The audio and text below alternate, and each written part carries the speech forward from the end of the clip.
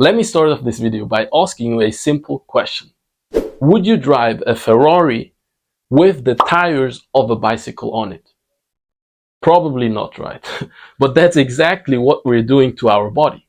And that could be one of the reasons why you keep getting those nagging little injuries or even serious injuries in your lower body and you're not making progress in your athleticism. Now, of course, regarding your athleticism and injury prevention, there is a lot to look at. But in this video, I want to look at something specific, something that many people actually forget about, even though it's the most commonly injured area in contact sports. And it's always the same, always the first to make contact with the ground, absorbing all the forces from running, jumping, landing, cutting. Yes, I'm talking about your feet, ankle, and lower legs. I'm going to show you some simple ways to train this area, making sure you're strong enough and stable enough to go and play your sport. Now, watching the whole video and including all of it is up to you, because I know most of us, we have already thrown in some calf raises here and there. We've done some ankle stability drills. Yeah, that's all fine, but not at all what I'm aiming for. And if you're serious about your performance as well, you should also be aiming for way more than just that. The first reason, and I want to get this out of the way right now, is that you and I, we are no natural freak athletes. If we were, we wouldn't be here. The guys you see performing at the highest level, they are either just pure talents, the natural freak athletes, or the hardworking guys. And we got to be the hardworking guys if we want to get to a similar level. And this counts even for sports where skill is a big part of the game, the biggest part of the game, up to 99%, like football. Even there, how are you going to express that skill if you're simply always battling those nagging little injuries, those big injuries, or you simply can't express the athleticism you need to perform at that level? This brings me to the second reason to train your ankles. The ankles are the most commonly injured area in contact sports, yet only very few take the time to do what's needed to properly rehab an ankle to minimize the risk of re-injury. And that simply shows in the statistics where out of 10 ankle sprains, up to 5 are re-injuries. Isn't that crazy? Well, once you have an ankle sprain, you're now 3.5 times more likely to get another one. Just because of that, you want to prevent an ankle sprain from happening in the first place by training correctly. But let's be honest, most of us, we have already injured our ankle. So we got even more work to do to prevent a future injury from happening. The third reason to train your lower leg, feet, and ankle is that when they're simply not able to absorb the forces placed upon them every time you walk, run, jump, or land, those forces are not just going to fly away.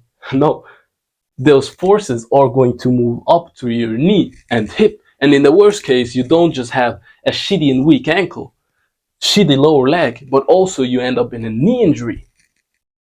Because the force you couldn't absorb here, and also not here, moves up to your knee and exceeds the capacity your knee can handle, and boom, explosion.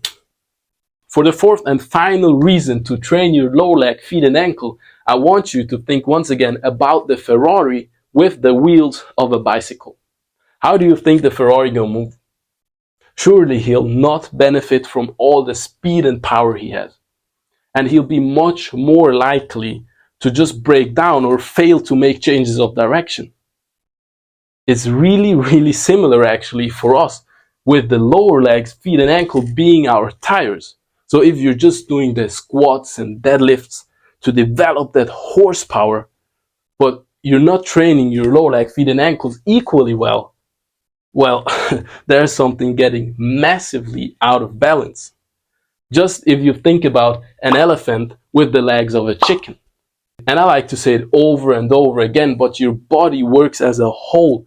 So if you're getting that horsepower, but not the tires, the lower legs, to navigate that power in an effective and healthy way, you're absolutely wasting potential and you're increasing your risk of injury. especially if in your sport you have to perform changes of directions a lot. That's when strong feet, lower legs, and ankles will provide you with the strength and stability needed. So let's look at the exercises, and the good thing is, to get started, you don't need anything more than that, so nothing. Imagine training your quads for years, but not once hitting your hamstrings. Sounds dumb, but it's actually what most do for their lower leg by just training the calves, but not once hitting the front of the lower leg. So here's a simple way to strengthen the front of the lower leg, the muscle that runs down the shin. It's called the tibialis anterior muscle. So you just simply lift your toes, squeeze at the top, hold that position, and you slowly control back down. By doing that, you contract the tibialis anterior muscle, and you'll feel a burn if you've never done this exercise before, maybe after even 10 reps. By strengthening this muscle, you directly protect yourself against shin splints and knee pain. Why knee pain? Because your tib absorbs the decelerating forces so they don't excessively move up to your knee. The next thing is an absolute game changer.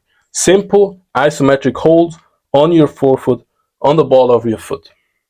Here you want to go heavy to really force your body to make those adaptations. And of course, you don't want to rush into it. But if you're not shaking like this at the end, you're probably not doing it hard enough. Running and jumping is always extending and flexing your ankle and knee. So you want to train both positions with your ankle flexed and extended, and also varying with how much your knee is bent. The goal is to go really hard on those, but I'll say it again. If your knees or ankles are weak or feel uncomfortable or even painful in those positions, you don't want to work through it. Regress to 2 legs and work your way up from there. And trust me, those isometrics will do wonders for your foot strength and Achilles health, but also for your calves. Talking about calves, let's see how to strengthen them. Obviously, there's the straight leg calf raise for the gastroc. Don't underestimate this one. It's a fast twitch muscle, so it could help you get more explosive. But it is not the only way to train your calf. You want to do knee over toe calf raises as well to target your soleus, which is your strongest muscle pound for pound. But unfortunately, it's rarely even trained because we always don't just think about those straight leg calf raises. So train your knee over toe calf raises. An alternative is to do seated calf raises as well, will also target your soleus. It's also known as your second heart because it helps to pump blood back from your lower leg to your heart.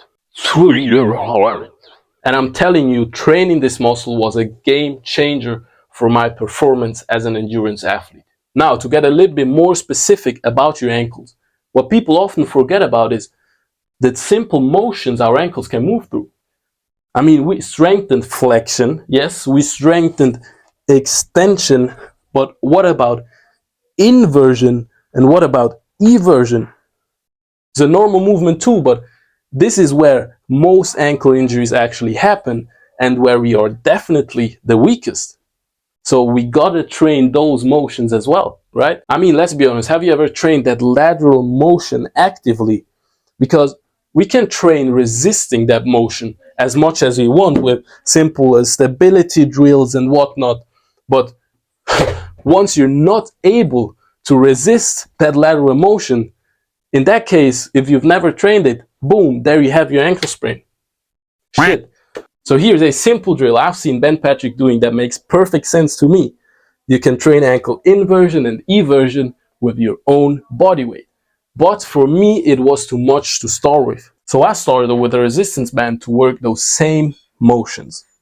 And just recently, I got a cheap wallboard off Amazon to train ankle inversion and eversion, as well as any other direction my ankle is able to move into.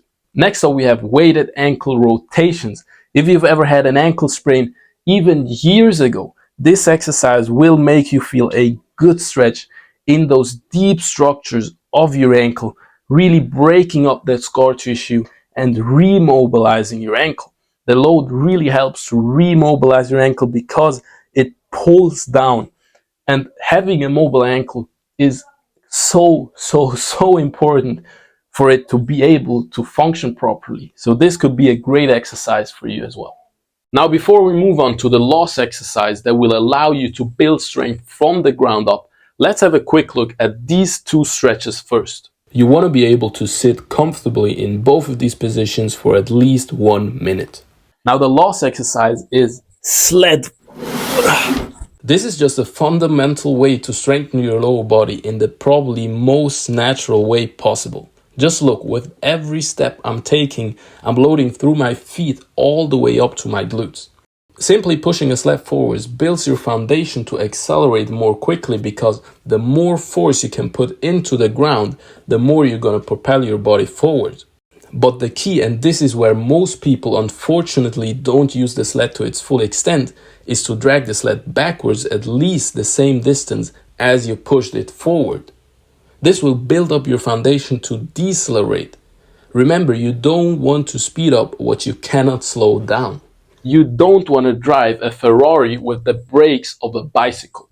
That's not going to end well. If you've watched until now, make sure to check out this video where I'm telling you more about how you could train if you're really serious about your athleticism and having a long and injury-free career. And also let me know down in the comment section what you think about this video. I really wanted to get this message out there, so I hope it helps you. And yeah, subscribe for more performance gems. See you the next time. Peace.